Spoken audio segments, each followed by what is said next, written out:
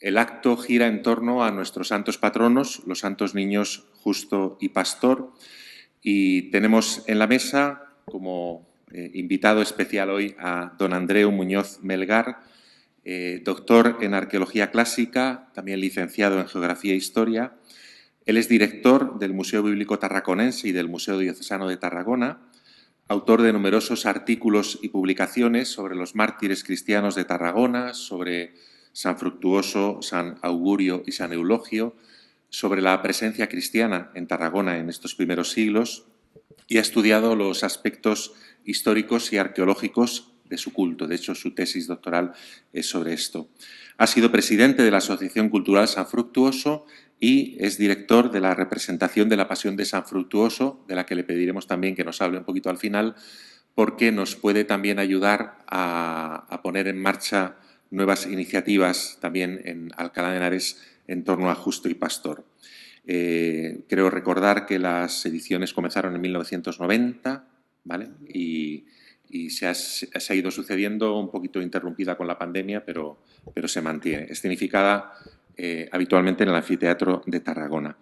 Yo conocí todo esto gracias a don Emilio Pacios, al que, por cierto, mando un saludo desde aquí, está con la salud delicada en estos días, porque él fue quien me habló de la Pasio, estuvo allí y me trajo, de hecho, un DVD que no he conseguido encontrar entre mis libros, pero que he visto que estaba ahí dentro de esta publicación.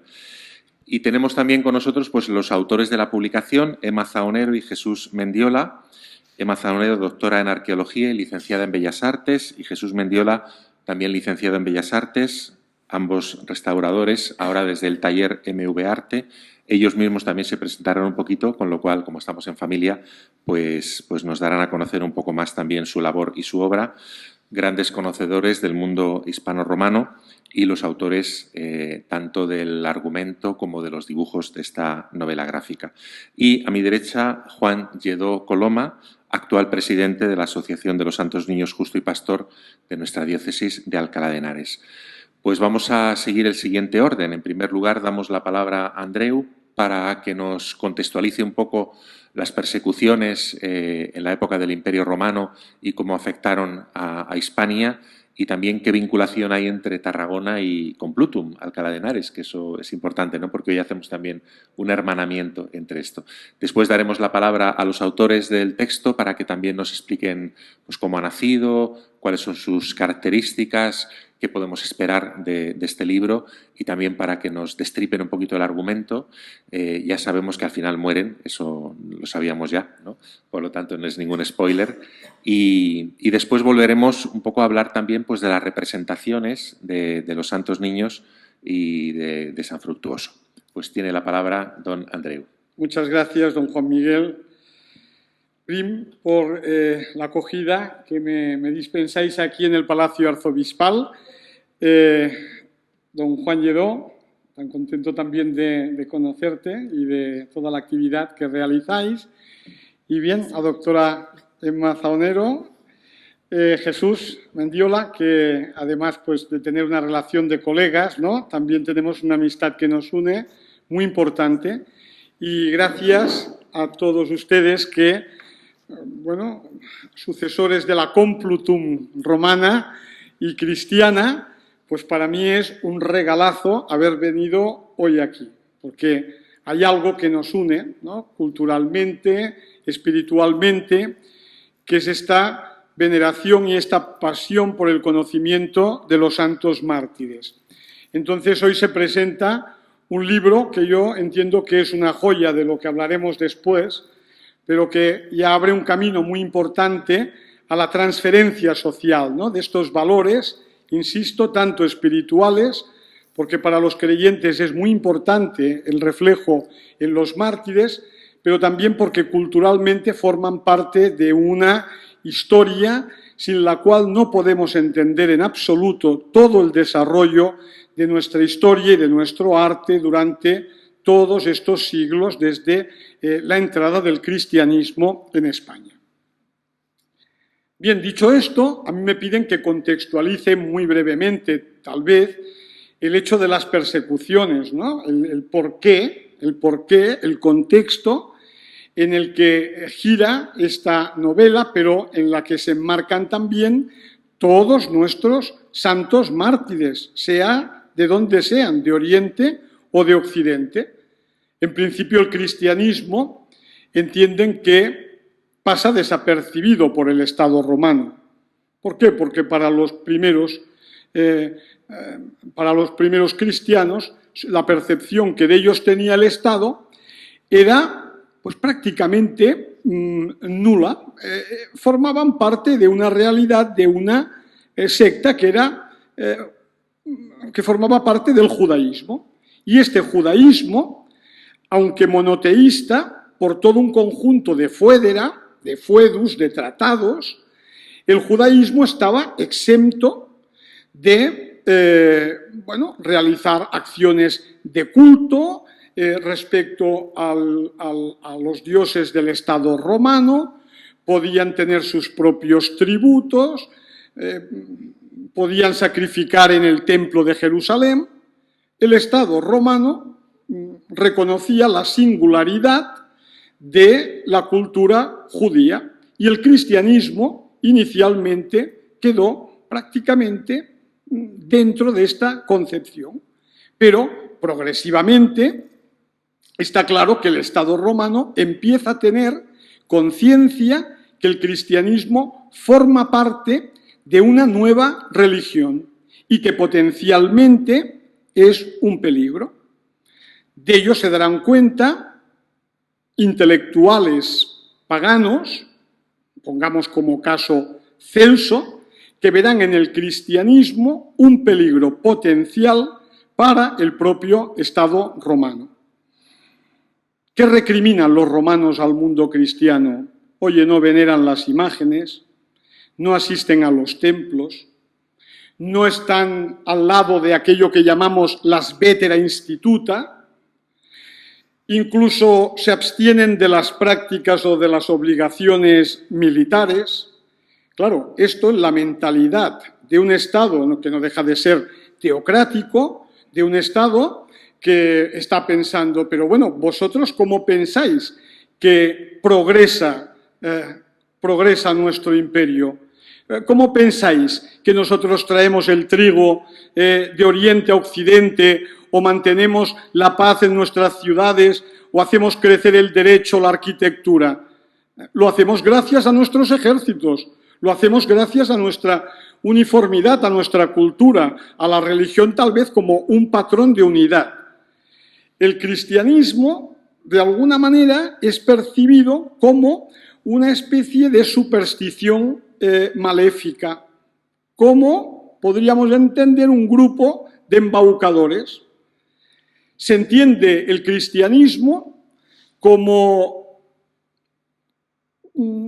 grupos que de alguna forma también se reúnen en la rumorología popular. Se entiende que estos grupos de cristianos se reúnen por las noches, realizan actos de incesto, evidentemente estamos dentro de la tergiversación del abrazo de la fraternitas, hacen prácticas antropofágicas, porque es la tergiversación de la Eucaristía, de manera que la rumorología popular extiende de que se reúnen por la noche, cogen a un niño, lo llenan de harina y empiezan a matarlo y entonces se comen su carne y su sangre, ¿no? Vean aquí la tergiversación de la Eucaristía. Bien, esta rumorología funciona. Entonces aquí se juntan dos factores.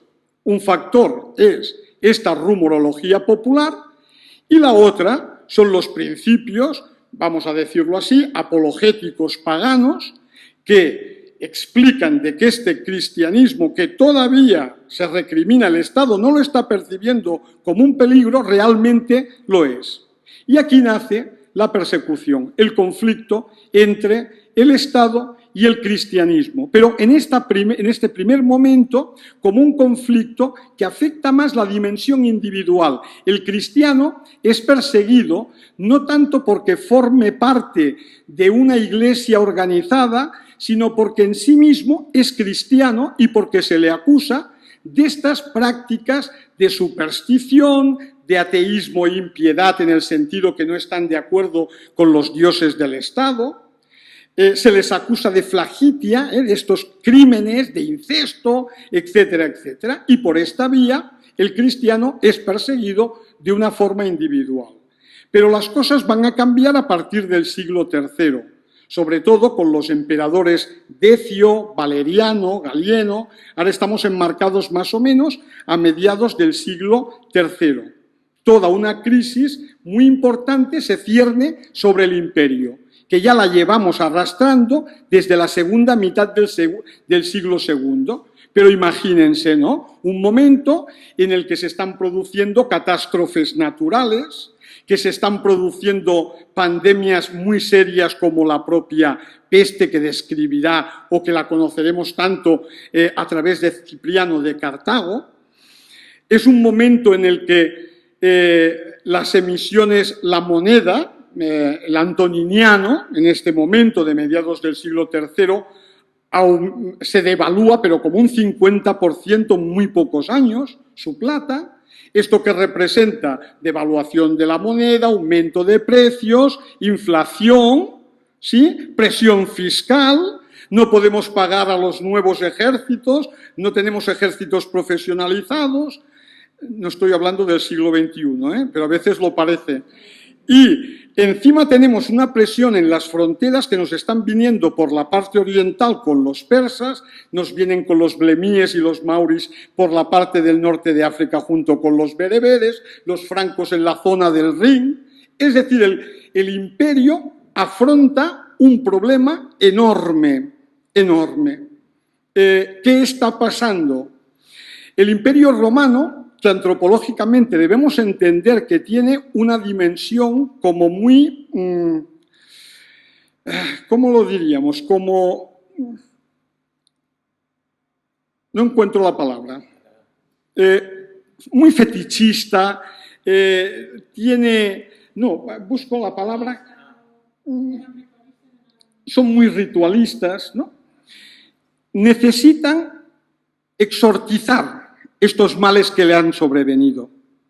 Ellos son conscientes que todas estas catástrofes que se están produciendo son fruto de la ira de Orum, de la ira de los dioses. ¿Cómo se puede apaciguar esta ira de los dioses? A través de la Pax Deorum, es decir, de todo un conjunto de rituales que purifiquen. ¿Dónde se ha llegado a caer en este momento? Claro, esta Pax Deorum comportará de alguna forma una persecución ya sistemática. Aquí es donde llega el punto de inflexión en las persecuciones. Si hasta el emperador Decio, Valeriano, Galieno, el cristianismo es perseguido en el plano individual, ahora lo será en el plano colectivo. Ahora la Iglesia es acusada de ilicitud en tanto que iglesia, en tanto que organización. Y por lo tanto, lo que había sido un vacío legal, no había propiamente una legislación anticristiana publicada ni ordenada, con Decio, Galeriano, se empezarán a emitir edictos de persecución sistemática, que lo que se intentará será desmembrar a la Iglesia yendo a por sus principales cabezas. Obispos, honestiores, los honestiores serán las clases, ¿no?, más poderosas que han entrado dentro del cristianismo. Es una persecución sistemática. En esta persecución sistemática caerán víctimas ilustres como Cipriano de Cartago, el Papa Sixto, Lorenzo en Roma y Fructuoso en Tárraco. Fructuoso es fruto de la aplicación de los edictos de Valeriano con el objetivo, bueno, pues que sirva como un auténtico ejemplo respecto a toda Hispania. De aquí que la muerte por cremación, la damnatio vivicomburium, que se producirá con Fructuoso el 21 de enero del año 259, es una medida muy dura. La pena de muerte por cremación tal vez es tan dura o más como la propia crucifixión. Son medidas ejemplarizantes que lo que intentan es crear una auténtica restitutio pagana. Es decir, se intenta reactivar de nuevo una visión profundamente conservadora, anclada en un Estado que lo que persigue es la religión del Estado, cimentar esta religión como patrón de unidad. Por lo tanto, se llaman a los obispos, se llaman a los honestiores a sacrificar, a tirar un poquito de incienso sobre un altar, a firmar un libelo, un papel conforme apostata, se le hace sacrificar carne, bien, cualquier elemento que haga que ese cristiano muestre su adhesión al imperio a través de esta religión tradicional. La persecución de Valeriano, vamos a decirlo así, de una forma muy simplista, pero fracasó. El imperio, el Estado, es consciente de que no puede subyugar y las comunidades continúan creciendo. Aquí hay una incompatibilidad manifiesta. Claro, es imposible conciliar el monoteísmo cristiano con la práctica de la religión tradicional. Si la religión cristiana hubiera tenido, pues bueno, una forma más politeísta, no importa, le hubiéramos llamado a Cristo, Cristo Júpiter, y esta religión se hubiera consentido. Aquí hay un problema de carácter monoteísta que es muy, muy fuerte. Galieno, hijo de Valeriano, es consciente de este problema y decide crear un edicto de tolerancia. A partir del año 260, prácticamente hasta que entra aquí nuestros mártires en la época de Diocleciano, 303, 304, 305, durante estos prácticamente 40 años vivimos una situación de baja intensidad en las persecuciones. Es un momento de relativa tolerancia, el culto solar se está imponiendo bastante, el culto solar incluso en determinados cristianos puede ser medianamente bien visto porque tenemos un sumus deus, una especie de figuración bien monoteísta que puede conformar al paganismo y puede conformar de alguna manera al cristianismo. Y este culto solar será, como podríamos decir, pues una pequeña garantía, ¿no?, de que bien, esto da un colchón de tolerancia en un momento en el que las comunidades cristianas realmente se rearmarán, se rehabilitarán, crecerán. Pero gran parte de los problemas que se han sucedido en la crisis del siglo III están llegando también al siglo IV. Siglo IV aparece una figura formidable, que es la de Diocleciano. Diocleciano yo creo que es un emperador que para el Estado romano llega tarde, es un gran reformador. Pero Diocleciano también tendrá una mentalidad muy anclada en la dimensión conservadora de un Estado romano muy aferrado a la religión tradicional. Diocleciano intenta reaccionar generando una división administrativa importantísima dentro del imperio. Lo conocen, el imperio se dividirá en la parte oriental y en la parte occidental. Se crearán dos prefecturas en cada zona, la prefectura ilírica, que tendrá más o menos toda la parte de Grecia, la parte balcánica, la prefectura de Oriente, que irá pues prácticamente desde Egipto a lo que sería hoy en día toda la parte de Turquía, ¿no?, todo este arco, y nosotros aquí tendremos por una parte la prefectura de las Galias, con Hispania, Britania, Galia y la prefectura itálica. Entonces colocarán la tetrarquía, 4 gobernantes, ¿verdad? Colocarán un emperador en cada lugar, en Oriente y Occidente.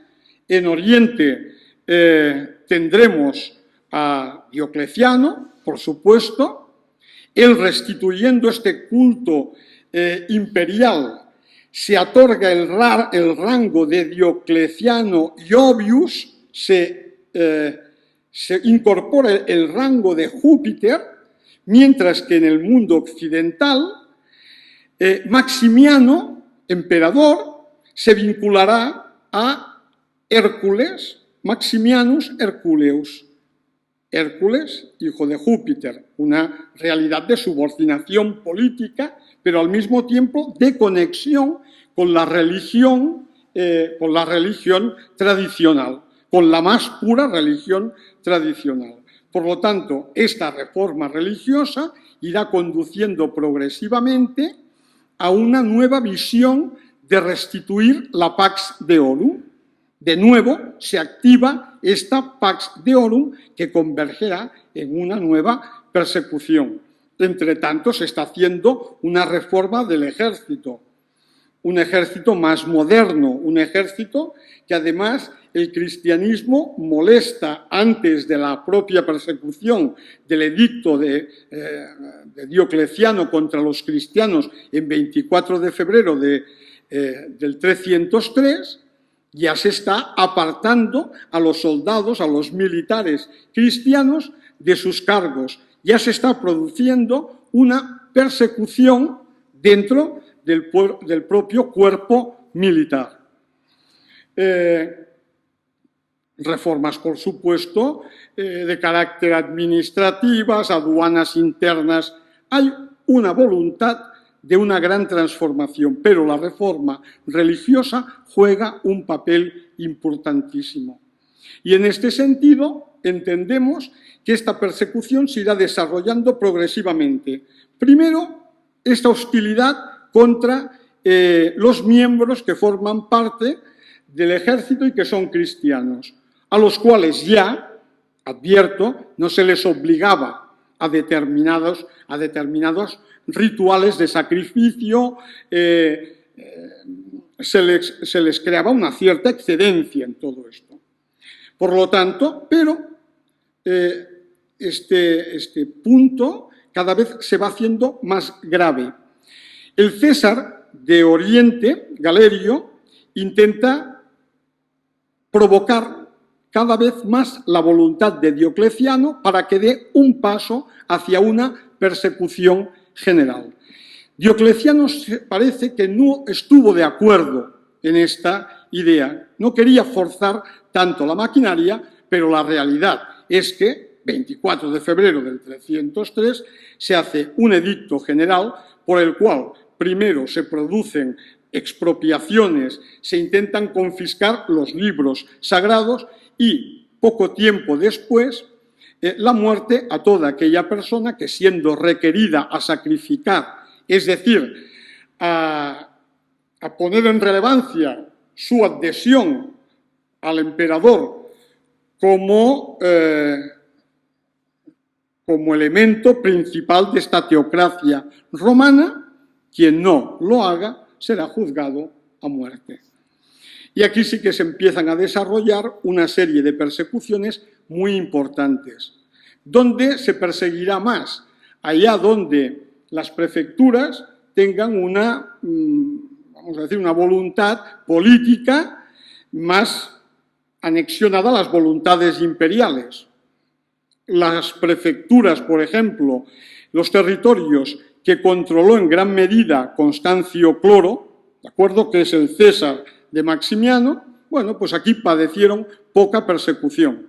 Los territorios que Maximiano controlaba en Occidente, Hispania fue uno de ellos, aquí la persecución podemos decir que fue bastante intensa.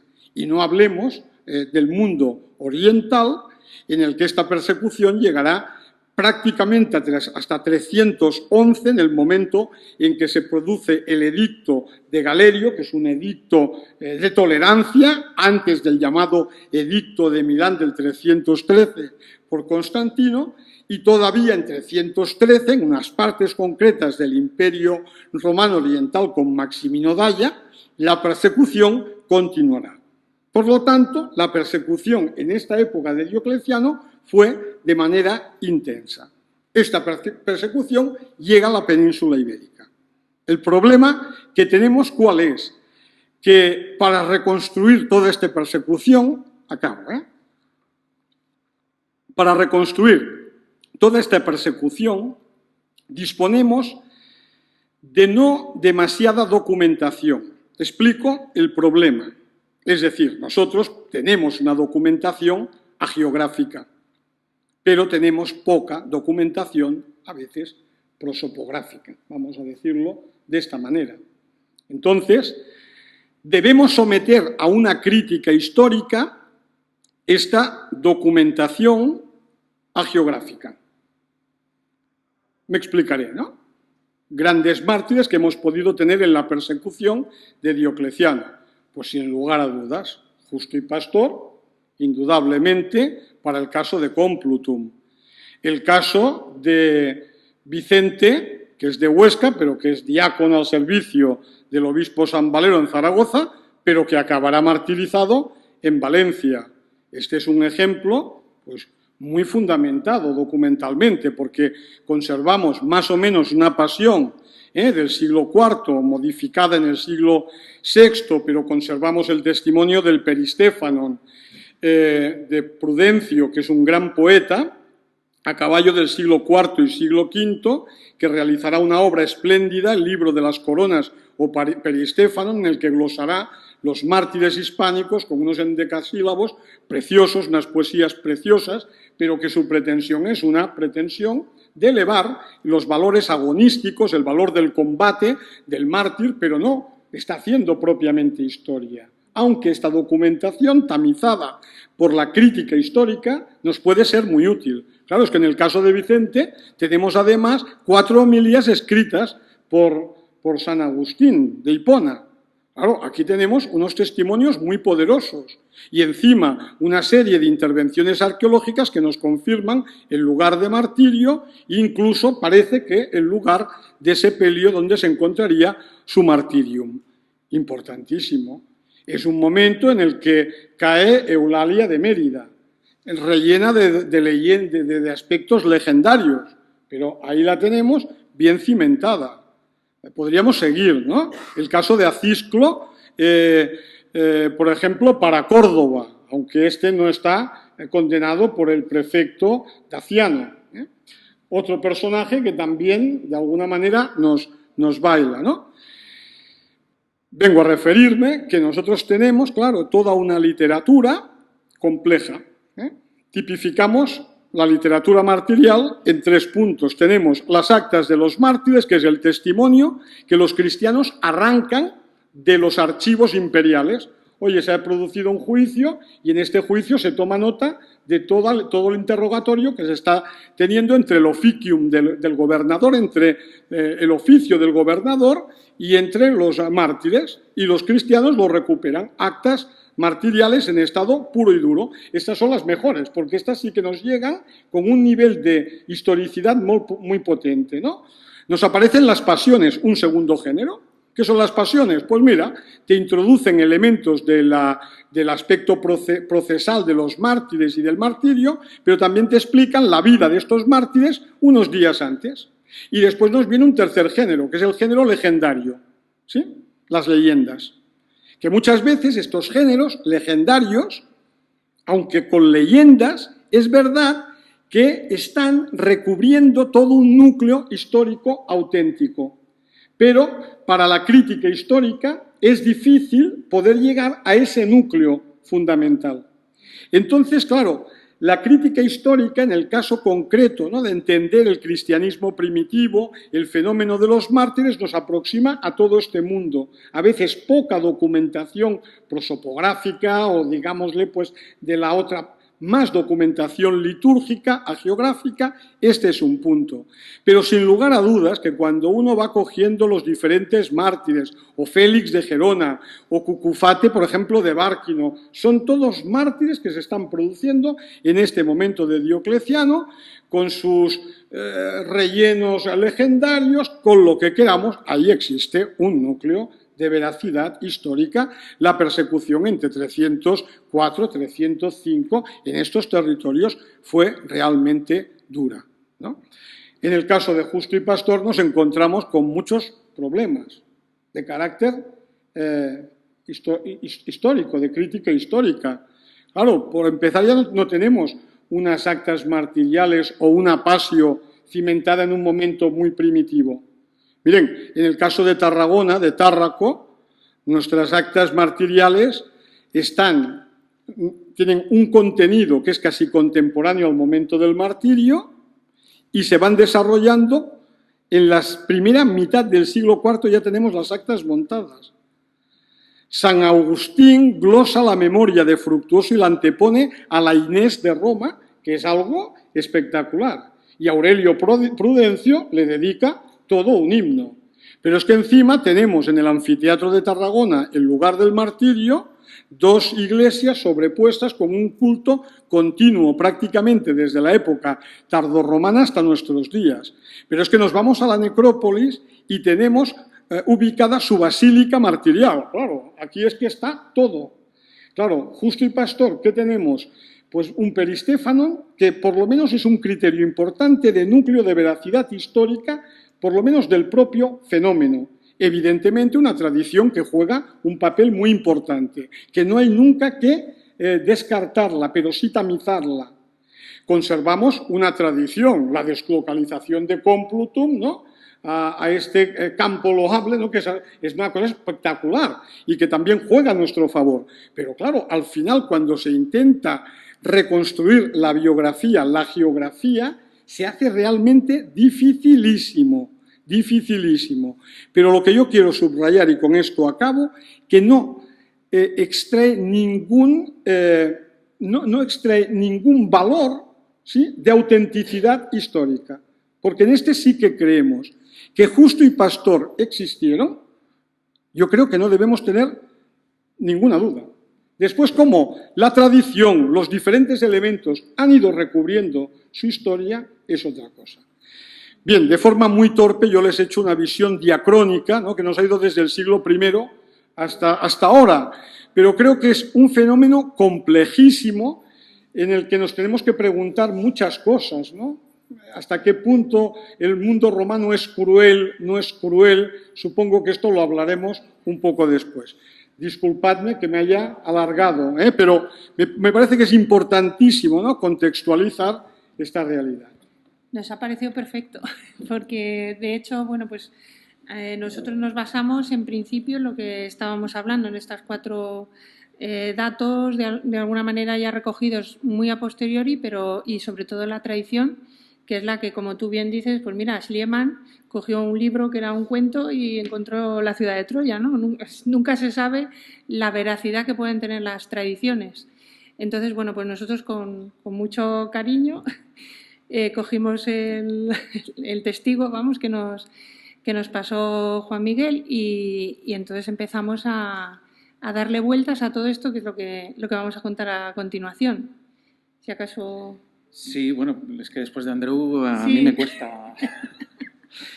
nosotros nos ha encantado porque... Lo que me parece muy interesante es precisamente, por eso le llamamos, pues para contextualizar lo que es el ambiente que podía vivirse a principios del siglo IV en Complutum. Nos interesaba, nosotros recogemos el testigo del encargo de Juan Miguel para contar una historia de tradición y muy querida en Alcalá, que es el martirio de los Santos Niños. El encargo, él tenía claro que tenía que ser un trabajo de divulgación, pero claro, nosotros le queríamos vender que nosotros somos restauradores de obras de arte, ¿no? Entonces nosotros nos dimos a conocer desde Tarragona. Esto se lo cuento para que vean cómo van a veces la vida, ¿no? Nosotros veníamos de Tarragona de hacer una propuesta del Augusto de prima porta policromado y llevamos bastantes años trabajando sobre distintas propuestas y distintas técnicas y procedimientos pictóricos y artísticos de la antigüedad grecorromana.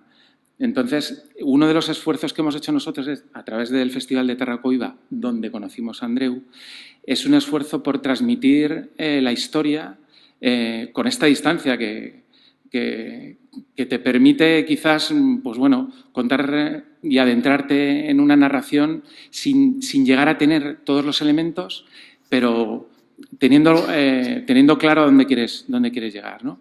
Entonces, el trabajo que nosotros tenemos de difusión de la antigüedad ha sido a través de las técnicas pictóricas y técnicas artísticas de la antigüedad. Y yo entiendo que esto fue lo que, y agradecemos desde el primer momento, entendemos que esto fue uno de los motivos por el que Juan Miguel confió en nosotros, que no sé cómo lo hizo, pero confió en nosotros. Y pues les digo que llevamos 3 años desde que empezamos. La primera reunión fue antes del COVID. Y estamos presentando el libro hoy, ¿no? Entonces, bueno, pues ha tenido un trabajo. Lo digo para que vean que ha habido un esfuerzo, primero de documentación, porque como bien ha contado Andreu, es complicado, en el caso de Justo y Pastor, saber, no hay actas martiriales y saber bien. Tenemos más una tradición, lo cual no quiere decir que no haya hechos históricos que se puedan asociar a esta persecución, como bien ha contado Andreu. Entonces, el reto nuestro era, vamos a ver, hemos estado hablando de una sociedad compleja, un derecho romano, una organización compleja como es la cultura romana, de la que nosotros somos unos apasionados, y cómo podemos explicar, cómo podemos entender, 17 siglos después, que se ajusticiara cortándole el cuello a 2 niños, ¿no? que habían hecho, ¿no? Pues a través de la novela gráfica hemos hecho un experimento que es, pues a través de situaciones de la vida cotidiana de 2 niños en la Complutum del siglo IV, utilizando la ciudad también como un personaje para explicar, como una excusa, como un elemento narrativo también, y para que los habitantes de Alcalá podamos también entender un poquito más la ciudad romana, pues hemos querido poner a los niños en unas situaciones que de alguna manera nos hagan poder entender ese final trágico que tuvieron, ¿no? Que no es spoiler, como ha dicho Juan Miguel. Y lo que queremos ahora es contaros, claro, de alguna forma lo llamamos una historia de Justo y Pastor, pues un poco homenaje al libro de Lewis Wallace, de una historia de Cristo, la de Quo Vadis, Ben-Hur, porque no tenemos el término, en inglés hay una diferencia entre history y history. O sea, no hay un término en el que diga historieta o narración. Entonces, esto más queríamos también ponerles, sin perder el rigor histórico, pero ponerle ese complemento de que es una invención, porque de alguna manera de los colaboradores que hemos tenido, y agradecemos muchísimo la colaboración de Andreu con este trabajo también, nosotros hablamos con un tarragonino también que conoce bien Andreu, que es un especialista en patrística, y lo primero que nos dijo es que nos lo teníamos que inventar, y con esto fue con lo que también negociamos con Juan Miguel la novela gráfica. También agradecemos por supuesto. Agradecemos a la asociación también el trabajo de revisión, porque también pues a la hora de hacer el guión, que explicará Emma cómo lo hemos ido creando, pues claro, hay cosas que había que corregir, siempre hay que corregir y aprender. Y poco más, Emma lo que va a hacer es introducirnos ya en lo que ha sido el proceso creativo de la novela gráfica. Y lo haré presentando a los personajes, porque tampoco hay unas historias que son ya entretenidas y con las que se puede también aprender bastante de vida cotidiana, de temas, bueno, pues también del Estado romano, de la antigua Iglesia, de los cristianos primitivos, y eso no lo quiero tampoco desvelar, aunque son historias, ya lo que hemos hablado, son inventadas, pero están de alguna manera insertas en una contextualización que hemos hecho aposta para que de alguna manera todas esas historias pudieran haber sido. Es casi ha sido como una especie de experimento en el que hemos hecho que esas situaciones se podrían haber dado, ¿no? Hemos organizado de una manera una Complutum de esa época con esos personajes que se podían haber vivido, ¿no? en la Complutum. Entonces, por supuesto, presentamos a los santos niños, ¿no? Lo que ha comentado Jesús, el subtítulo es una historia de Justo y Pastor, que sería una narración de Justo y Pastor, que podría haber en el cómic. Podréis ver también una especie de árbol genealógico para reconocer a los personajes, por si se pierde el hilo de los personajes, se puede ir a consultar al principio. Están todos los que salen, incluso los vecinos y vecinas de Complutum de la época, hasta los emperadores, ¿no? Y bueno, pues lo que hemos comentado, les hemos querido insertar en la vida cotidiana de Complutum. Nos preguntamos, su padre, según la tradición, era San Vidal, que era militar y que ya había muerto, por lo que ellos eran unos personajes muy importantes dentro de la comunidad cristiana por ser hijos de mártir. Son unos huérfanos y ya solo con eso seguramente la comunidad cristiana les acogería y les sustentaría, tanto a ellos como a una madre, que nos hemos tenido también que inventar porque no existe en la tradición, pero tendría que haber una madre, o falleció, a lo mejor, no lo sabemos, pero bueno, nosotros hemos querido que sí, que sea una madre pues que les ayuda también, por supuesto es cristiana, y les ayuda pues en sus primeras educaciones. Por ejemplo, aquí vemos que está preocupada por lo que pueda pasarle a los niños si dicen que son cristianos. Hablamos de las persecuciones, de los vecinos, que hay gente más y menos maledicente, como en todas las épocas, ¿no? Hay gente que puede ser más peligrosa que otra y ella les protege, ¿no? Lo que quiere es protegerles porque ya ha sufrido bastante con la muerte de su marido. La hemos querido llamar Aurelia y, bueno, pues es la madre de los niños. Luego tienen un señor que va allí a comer a la caupona del tío de los niños. Es decir, esta madre de ellos tiene un hermano que tiene una caupona, es decir, una taberna en la que de alguna manera pues hay mucha gente que va a comer y este señor es soltero y el hombre pues va a comer y va a cenar y va también a reunirse con sus clientes o con gente, amigos. Entonces, casi de broma, pues le están diciendo los vecinos de Complutum que es como la oficina, ¿no?, de Ciceronilus y es el bar, en realidad es como un bar. Entonces, ¿perdón? Sí, hay un grafiti aquí a este lado que pone Oficina Ciceronilus.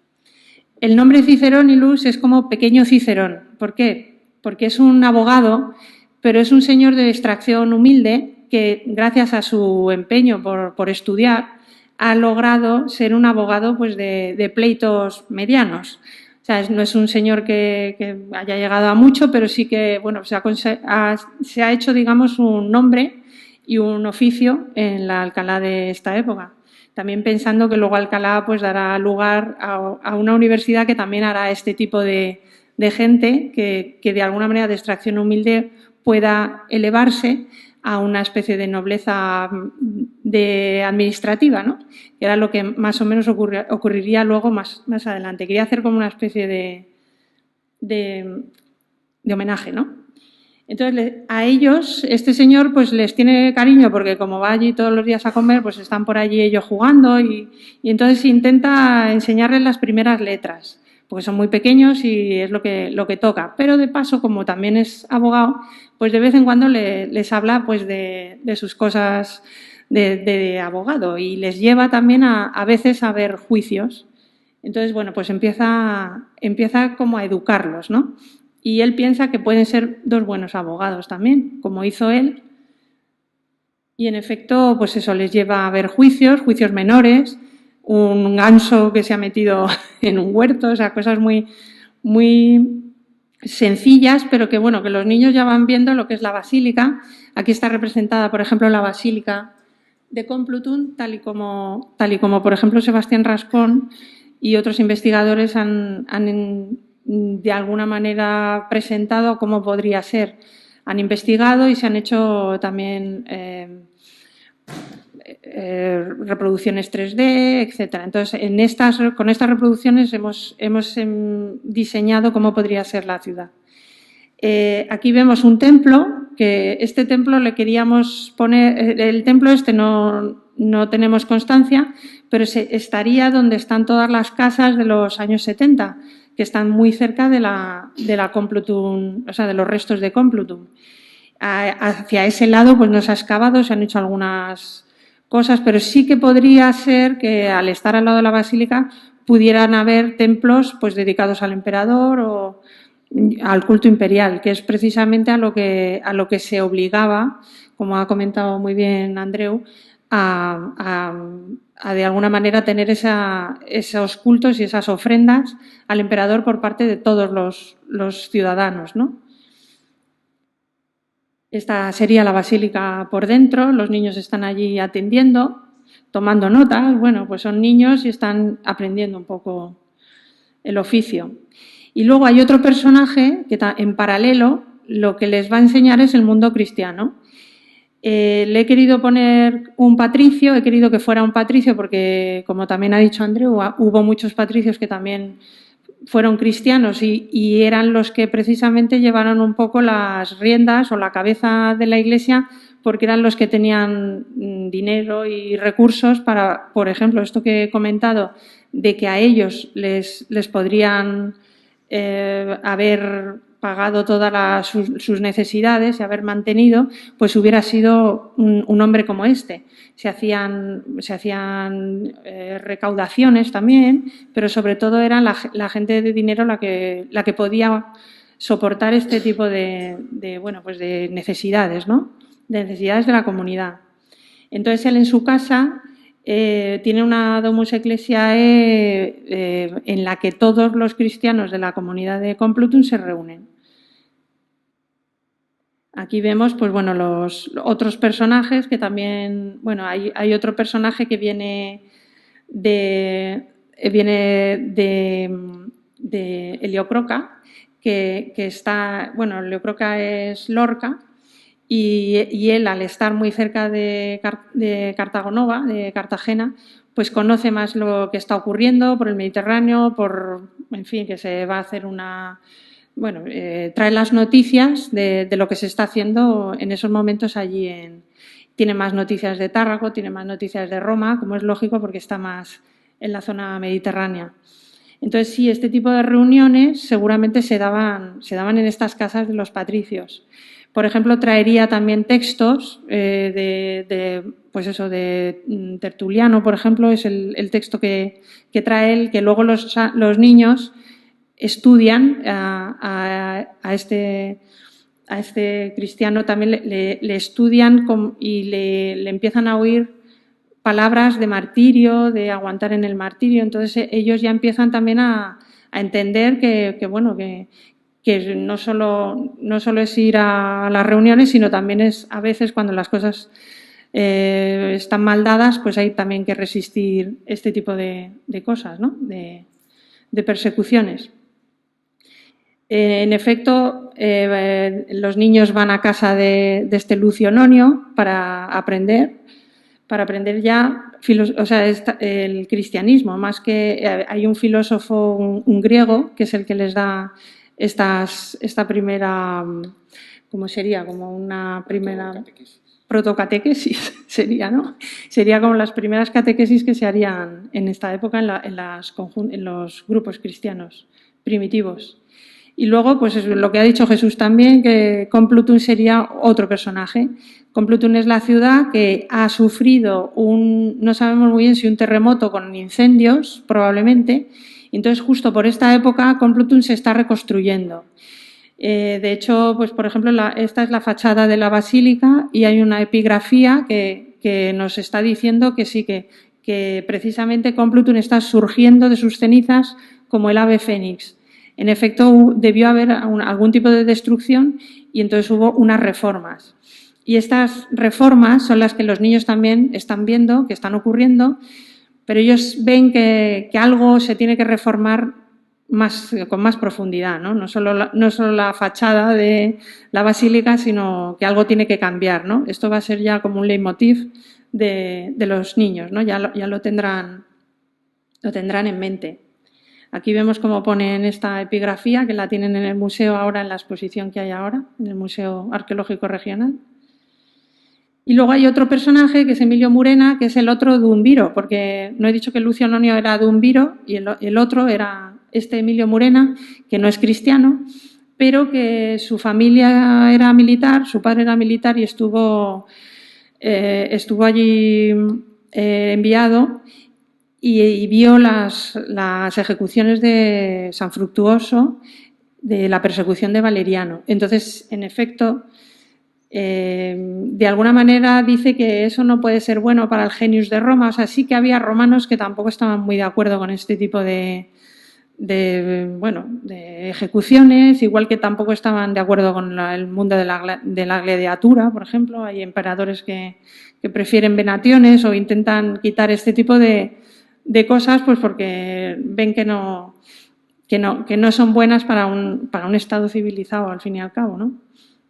Entonces, este señor pues es muy amigo también de Lucio Nonio, porque son de aquí de la ciudad y se conocen desde jóvenes, y bueno, pues también ayudará un poco a un poco, bueno, pues detener un poco lo que iba a venir, aunque no puede al final, como es lógico. Aquí también vemos el criptopórtico, algunas zonas de Alcalá, pues para saber cómo era la Alcalá del siglo IV, de principios del siglo IV, finales del III. Y, por supuesto, no nos hemos olvidado de la primitiva Complutum, a la que van los santos niños de una especie de excursión y quieren ir a ver pues lo que son las casas antiguas, ¿no? De la parte de arriba, por supuesto, está todo abandonado, ven objetos que son ya republicanos y, bueno, pues juegan con una lucerna. Y, bueno, y en la lucerna hay unos gladiadores y empiezan a jugar a gladiadores y con esto pues empiezan también a empezar a pensar en el tema de los esclavos, porque un gladiador al fin y al cabo es un esclavo. Había gladiadores voluntarios, pero se hacían antes esclavos para poder luchar y bueno, y en realidad casi la gran mayoría eran esclavos. Entonces tienen contacto con los esclavos y los esclavistas. Y esto hemos querido utilizarlo como punto de estallido, digamos, del conflicto, para que de alguna manera ya empiecen a darse cuenta la gente de que ellos pues ya no son cristianos, no son los romanos tradicionales, sino que ya empiezan a pensar en este tipo de cuestiones de la esclavitud, etcétera. Entonces, en efecto, pues empiezan a decir qué es lo que está mal, qué es lo que qué tiene de malo la ley romana, ¿no? Si en teoría, bueno, pues es la que la base de la ley actual nuestra. Pues en efecto es el pequeño el que dice, pues lo que le falta es amor, la charitas, ¿no? Que, bueno, pues San Pablo en la famosa carta, ¿no?, habla del amor, pero no, y esto lo hemos oído mucho en las bodas, pero no solo habla del amor de pareja o del amor, habla del amor a la humanidad, del amor real a todo, el ponerse en la piel del otro, el ver cómo, por ejemplo, unos esclavos están sufriendo, o sea, algo tiene que cambiar. Esto no puede seguir siendo así, no puede ser que nos sigan, pues eso, persiguiendo, o sea, algo tiene que cambiar y no es un tema racional, sino es un tema emocional, de alguna manera. Entonces es aquí cuando entra Daciano, que es el malo o el funcionario cuadriculado, ¿no? O cuántas veces en la historia ha pasado que yo soy un mandado, ¿no? La persona que está encargada de hacer una cosa monstruosa, como está encargada, realmente no es él el que la está organizando, pues comete estas barbaridades en nombre de su superior o de unas leyes, ¿no?, que se han organizado en ese momento. Entonces es la ley, ¿no?, la que de alguna manera está mandando esto y es él el que lo ejecuta. Esto ha pasado muchas veces en la historia y en este caso pues es lo mismo, ¿no? Y este Daciano también hay un momento en el que es obligado uno de los personajes a apostatar, y es cuando los niños ya ven esta apostatía y deciden tirar las leyes, que esto es una de las imágenes, digamos, de la tradición, que tiran sus tablillas. Pues estas tablillas son las que Cicerónilus, según nosotros, en las que Cicerónilus les ha mandado pues hacer y para aprender leyes, porque tenéis que aprender leyes, porque con las leyes hay justicia y con la justicia pues todo va a ir mucho mejor, todo el mundo va a tener su momento, ¿no?, de que se haga justicia. Entonces ellos ven que hay algo que chirría y que las leyes no son suficientes y tiran las tablillas. Y es cuando se presentan ante Daciano. Y esto ya lo dejo también para que lo lean en el libro y vean pues esto, cómo son obligados, como es lógico, a quemar algo de incienso ante la figura del emperador. Y bueno, esto es desde el punto de vista del guión, porque primero hicimos el guión y luego ya nos dedicamos al dibujo. Y en el dibujo pues hemos querido que recuerde el dibujo a pinturas, bueno, de la antigüedad en general. Se nos venía a la cabeza, estos son unos botecitos que se llaman lequitos, que son de época griega, estos no son romanos. Pero de esta tradición pictórica luego ya surgirá toda la tradición general romana, porque en realidad los pintores del Imperio Romano son griegos, fundamentalmente griegos. Es la pintura griega la que se instala en el Imperio Romano. Y como ven, pues hay unos colores y unos contornos negros que forman las figuras de forma muy sencilla y muy clara, casi como si fuera un cómic en realidad. Entonces quisimos, digamos, tomar esta tradición y continuarla en esta historia. Luego, además, también estuvimos mirando, como es lógico, imágenes de las catacumbas, de paleocristianas en general, de Orantes, por ejemplo. Esto no es paleocristiano, esto es precisamente Diocleciano, como un abrazo entre los dos emperadores. Ese abrazo es como una especie también de unión administrativa y de unión estatal y ocurre pues cuando hay un momento de una decisión de trasladar la ciudad, que es lo que habíamos hablado. La ciudad se traslada, pues de alguna manera hay como una especie de decisión de que sí, de que esa zona donde los niños han sido martirizados pueda empezar a ser el centro real de Alcalá, ¿no? Bueno, de Complutum. Temas de vestuario también, nos hemos fijado en las catacumbas, en hipogeos, en cosas paleocristianas en general, y los paisajes lo mismo. Pues estos son unos paisajes muy sencillos de un autor que, según Plinio, cuenta cómo pintaba un señor que se llamaba Estudio, y es muy probable que fuera este estilo de este pintor, Estudio, que son como paisajes hechos muy sencillamente, en el que los personajes están orando, están dando también ofrendas en templos más bien de tipo como nuestras ermitas actuales, son templos del campo más bien, como por ejemplo, sí, Templus Minor se llaman, que son los que están dedicados a las divinidades del campo, a Diana o a este tipo de divinidades, que son las que también tienen que ver con la ganadería, con el sustento en realidad de la gente. Pues hemos querido también hacer este guiño a este tipo de pintura en algunas acuarelas, en algunas reproducciones, ¿no?, que veréis dentro.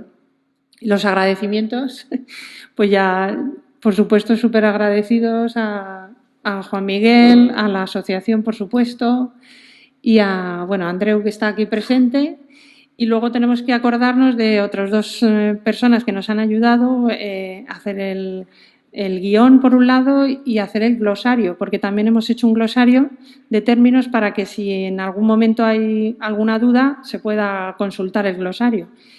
Que son Mosén Albert Viciano, que es el profesor de la Facultad de Teología de Cataluña, que nos recomendó la bibliografía y es el que nos dijo, pues tenéis que inventar muchas historias para poder hacer el entramado, ¿no?, de la historia general.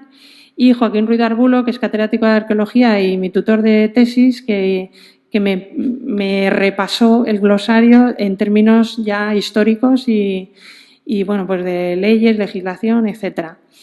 Y en general, gracias a todos por estar aquí y por interesaros por esta historia que entendemos y queremos que sea explicativa, al menos, de cómo era la sociedad, el contexto, lo que hemos dicho repetidas veces, un contexto en el que se podría haber dado esta historia y se podría haber dado así o se podría haber dado de otra manera, pero entender sobre todo las acciones de cada uno de los protagonistas, ¿no?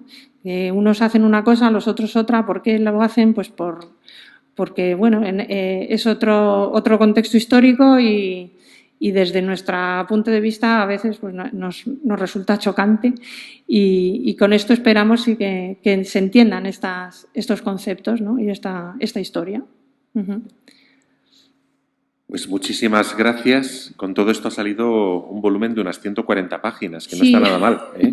Ha ido creciendo. Sí. 600 viñetas y, bueno, ya se ha explicado pues el largo Y el proceso de glosario. trabajo. Sí. Hemos ido dejando también que posara y Sí. luego pues ir encontrando la financiación, etcétera. Y, bueno, lo tenemos a la venta ahora al final del acto. Yo quisiera pedirle a Juan, como actual presidente de la Asociación de los Santos Niños, también que nos contara, bueno, qué representa para vosotros esta iniciativa, ¿no? Dentro de lo que es el deseo de dar a conocer la vida y el martirio de los Santos Niños, la devoción. Hay que decir que estamos empezando a enviar este texto también pues, a otros lugares, recientemente a Fustillana, en Navarra, donde hay una grandísima devoción a Justo y Pastor, o a otros lugares, ¿no? Y, bueno, Juan, cuéntanos un poquito también cómo se acoge esto aquí en Alcalá. Buenas tardes. Acogemos este proyecto con ilusión, esta iniciativa con ilusión. Uno de los objetivos fundamentales de la Asociación de los Santos Niños es promover y difundir la historia y el testimonio de los Santos Niños.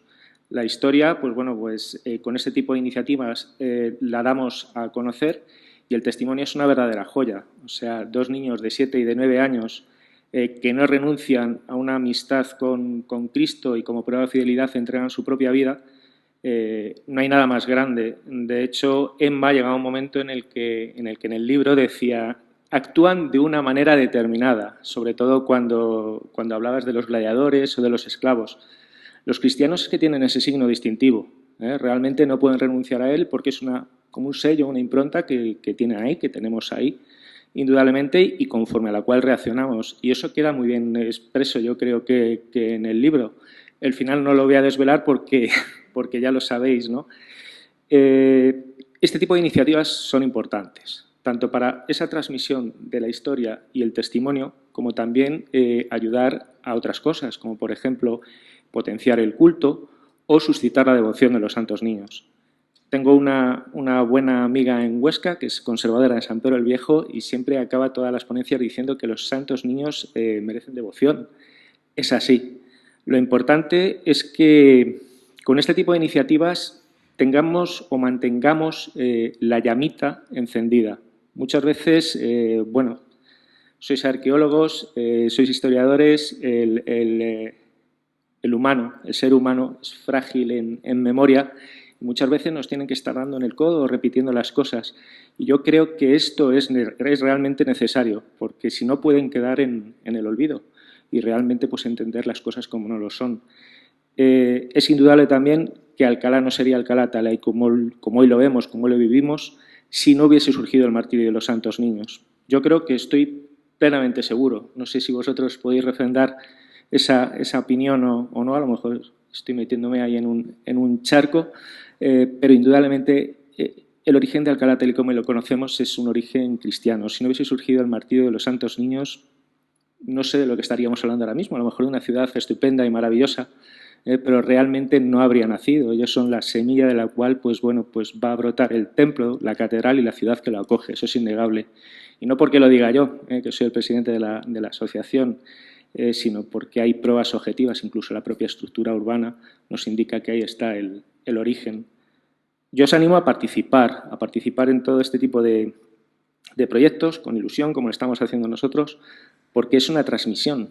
O sea, realmente también estamos obligados o tenemos esa responsabilidad de ir transmitiendo a las generaciones que vienen por detrás de una manera verbal y documental, no para que pase en algún caso o nos encontremos con las sorpresas que os habéis podido encontrar y que realmente sé que no ha sido un trabajo fácil y que entre todos pues, podamos construir nuestra propia historia teniendo las referencias claras y sobre todo con joyas tan importantes como el testimonio de estos 2 niños de 7 y de 9 años, ¿no? Que son nuestros patronos, los patronos de la ciudad y los patronos de España también, desde el 646. Poquitas cosas más. Recordar también pues toda una serie de efemérides que hemos ido viviendo. Yo hoy rescataba un DVD que hicimos en el año 2005, cuando celebramos el año jubilar de los Santos Niños Justo y Pastor. Esto seguramente ya tecnológicamente habrá quedado muy desfasado, pero bueno, se hizo incluso una pequeña representación allí en la zona de la girola de la catedral. Pero es que luego, por ejemplo, en el año siguiente, en el 2006, hicimos un concierto precioso, una reconstrucción litúrgica del oficio de los Santos Justo y Pastor, con Luis Lozano Virumbrales, con el grupo Alfonso X el Sabio.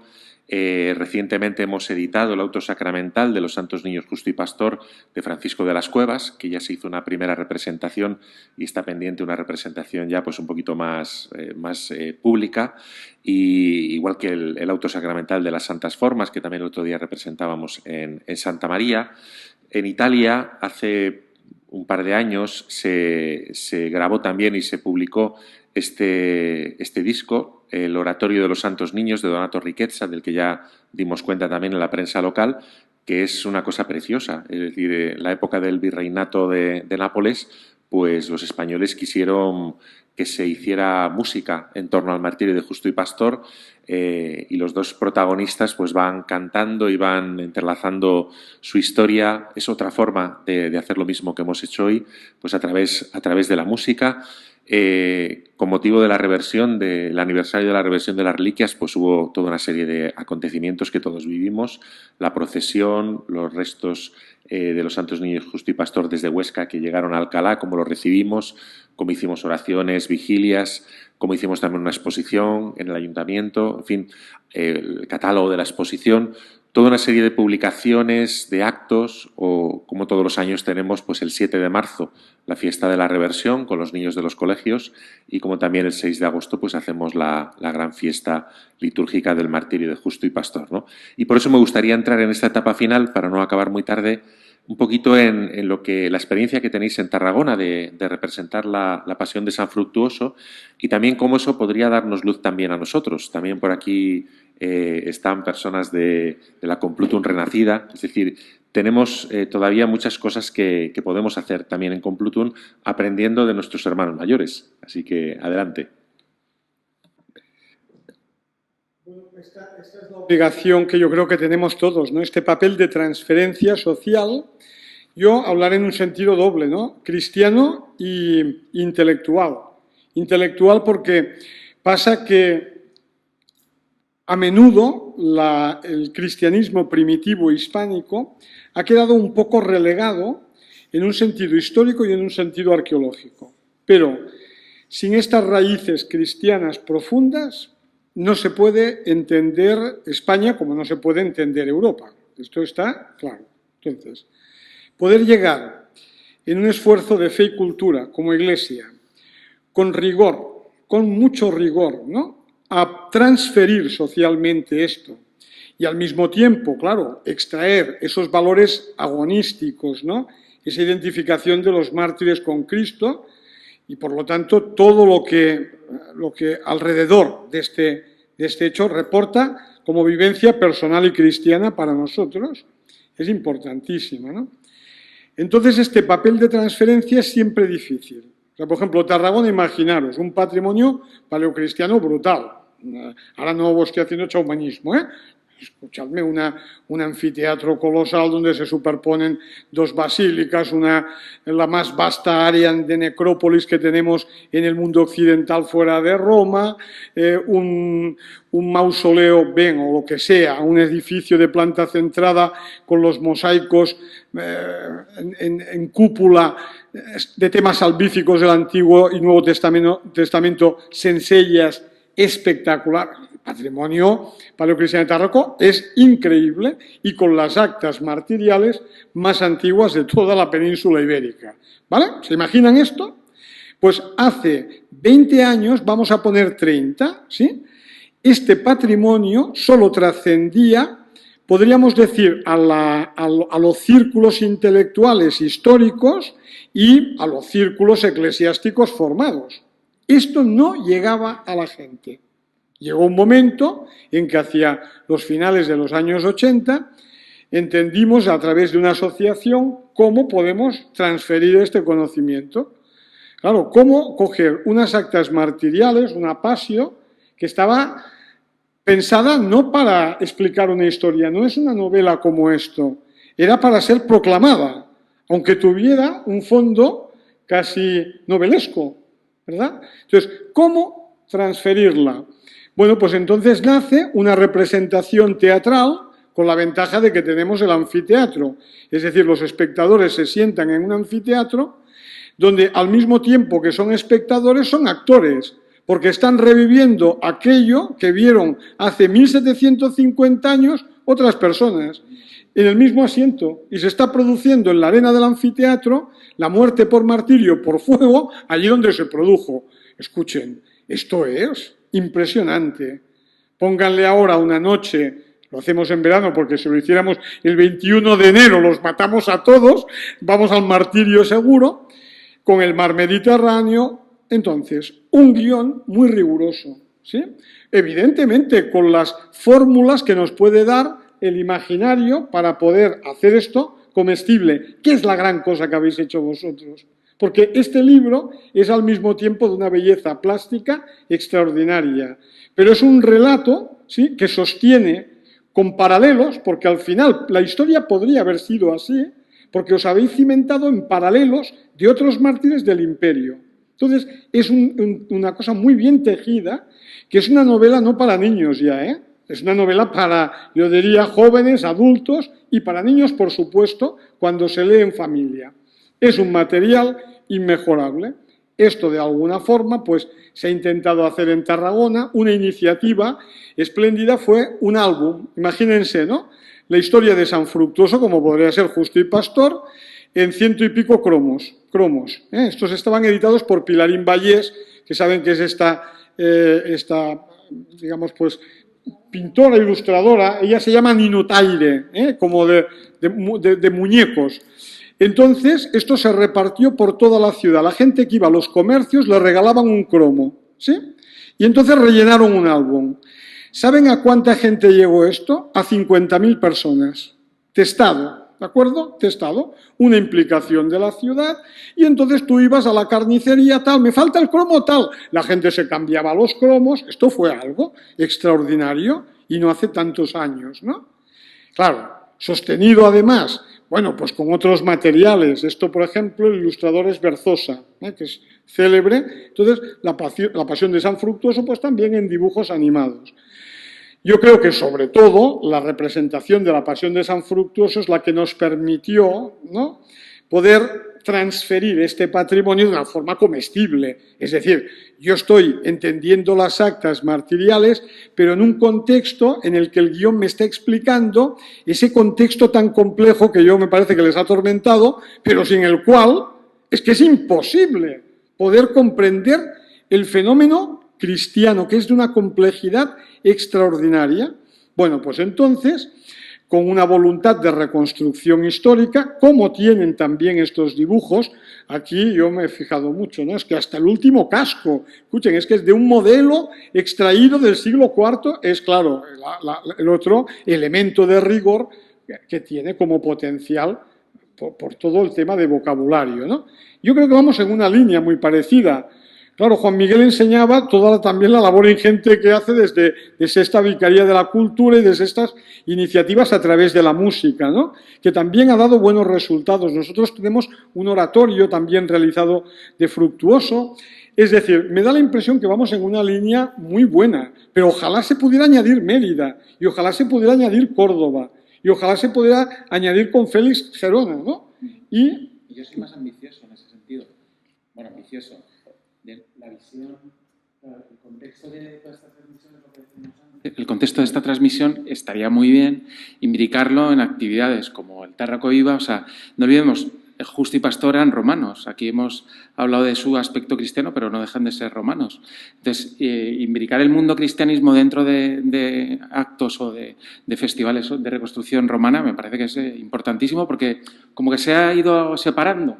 Y cuando ha querido entrar, no ha entrado como otra cosa, ¿no? Entonces, pues no olvidarse de que estamos hablando del mundo romano, ¿no? Y de la complejidad del mundo romano.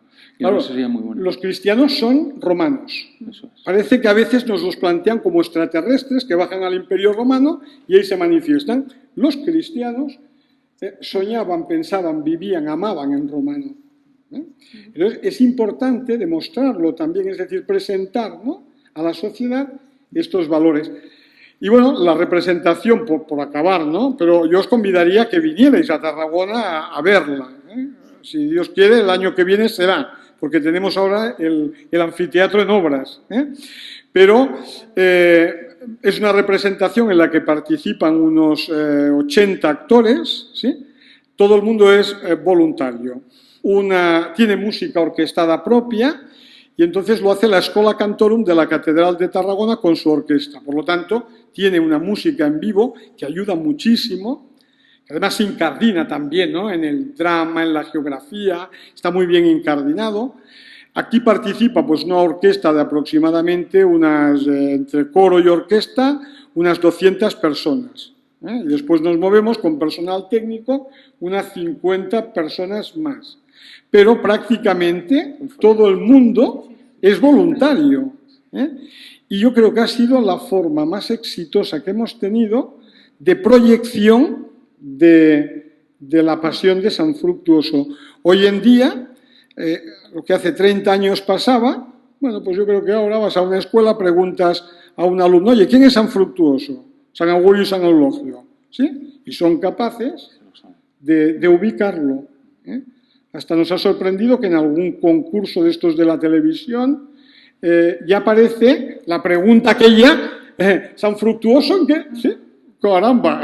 Bien, vamos encaminados, ¿no?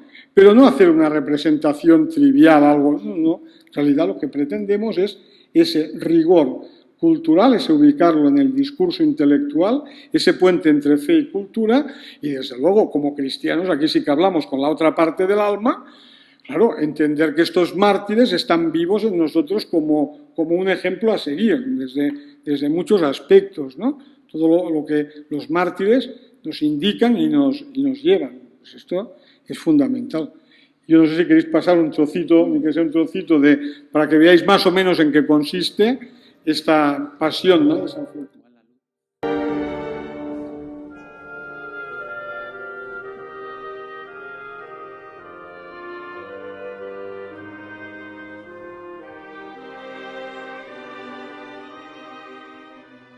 Durante el consulado de Emiliano y Baso, el 16 de enero, domingo, fueron detenidos Fructuoso, obispo, Augurio y Eulogio, diáconos. Bueno, esto es simplemente algún comentarista que está haciendo la visión. Todos los diálogos son narrados y ahora estamos en la arena del anfiteatro en verano. Digamos, pues, Fructuoso oyó pasos e inmediatamente se levantó y salió a recibirles en sandalias. Le dijeron los soldados: acompáñanos, puesto que el gobernador... Sobre las imágenes de la representación están narrando las actas martiriales en estado puro. Pero antes dejad que me ponga el calzado. Respondieron los soldados: hazlo como te plazca. Llegados ya a su destino, fueron allí encarcelados.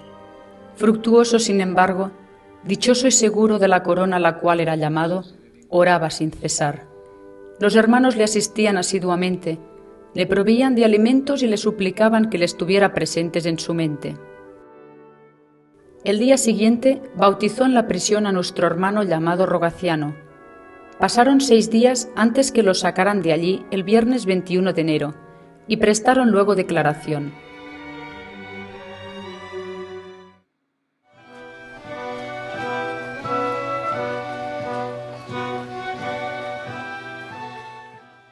El gobernador Emiliano dijo: haz pasar a Fructuoso, haz pasar a Augurio, haz pasar a Eulogio. Por oficio respondieron: helos aquí. El gobernador habló así a Fructuoso: ¿sabes lo que han dispuesto los emperadores? Fructuoso respondió: desconozco lo que hayan mandado los emperadores. Soy cristiano. El gobernador Emiliano precisó: mandaron a adorar a los dioses. Fructuoso replicó: yo adoro al único Dios, creador del cielo y de la tierra, y de todo cuanto hay en ellos. Insistió Emiliano: ¿No sabes que existen los dioses? Fructuoso contestó. Lo ignoro. Le advirtió Emiliano. Sin duda, lo sabrás luego. Fructuoso, vuelto hacia el Señor, oraba en silencio. El gobernador Emiliano exclamó. Estos sí que son escuchados. Estos sí que son temidos. Sí que son adorados. En vez de dar culto a los dioses y adorar las imágenes de los emperadores. El gobernador Emiliano se dirigió entonces a Augurio. No hagas caso a las palabras de Fructuoso. Augurio confirmó. Yo adoro a Dios Todopoderoso. El gobernador se volvió a Eulogio. ¿Acaso adoras tú a Fructuoso? Eulogio precisó. Yo no adoro a Fructuoso, pero sí que adoro a aquel a quien Fructuoso adora. El gobernador Emiliano inquirió a Fructuoso. ¿Eres tú obispo? Fructuoso afirmó. Sí, lo soy. Declaró Emiliano. Lo fuiste. Y sentenció que fueran quemados vivos. Y mientras Fructuoso y sus diáconos eran llevados al anfiteatro, crecía la aflicción del pueblo por el obispo Fructuoso, como una expresión más del gran amor que le tenía. Así era no solo entre los hermanos, sino también entre los mismos gentiles. En Fructuoso se traslucía aquella imagen del obispo revelada por el Espíritu Santo a través del bienaventurado Pablo, vaso elegido, doctor de las Van escuchando lo que es Por esta razón, las actas martiriales en estado puro. Han oído también el gobernador Emiliano.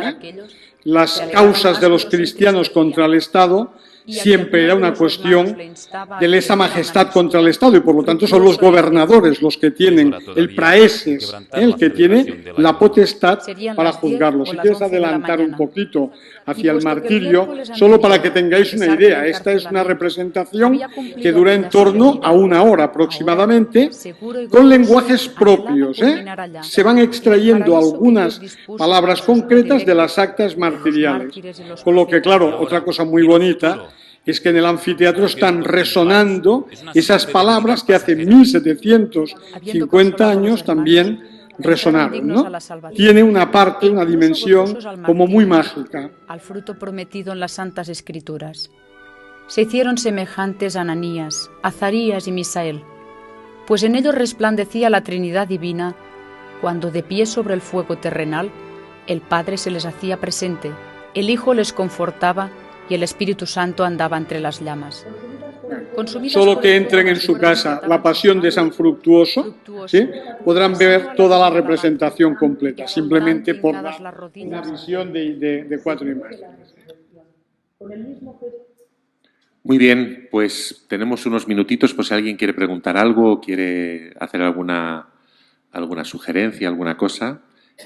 Creo que el proyecto es claro, está ya presentado y todo el trabajo y la riqueza que tiene y también la importancia de continuar en esta línea y de trabajo que tenemos pendiente entre nosotros, ¿no? Sobre todo, es verdad que en nuestro caso también el 6 de agosto siempre nos pilla a todos de vacaciones y es un reto, pero creo que la ciudad se merece también que pudiéramos tender a una representación periódica del martirio de Justo y Pastor. Pues nada, está disponible el libro. Hemos hecho una primera edición no muy numerosa, así que hay que aprovechar y si vemos que se vende, pues haremos una segunda edición precisamente para darlo a conocer. Así, hay que hacer alguna pequeña corrección que siempre pasa en la segunda edición, siempre nos damos cuenta demasiado tarde. Muy bien, pues por mi parte agradecer a todos los que estáis en esta mesa y especialmente a Andreu por venir desde Tarragona y disfrutar también de nuestra ciudad y de Madrid en unos días de tranquilidad, espero, ¿no?, de disfrute. Pues muchísimas gracias a todos por su presencia.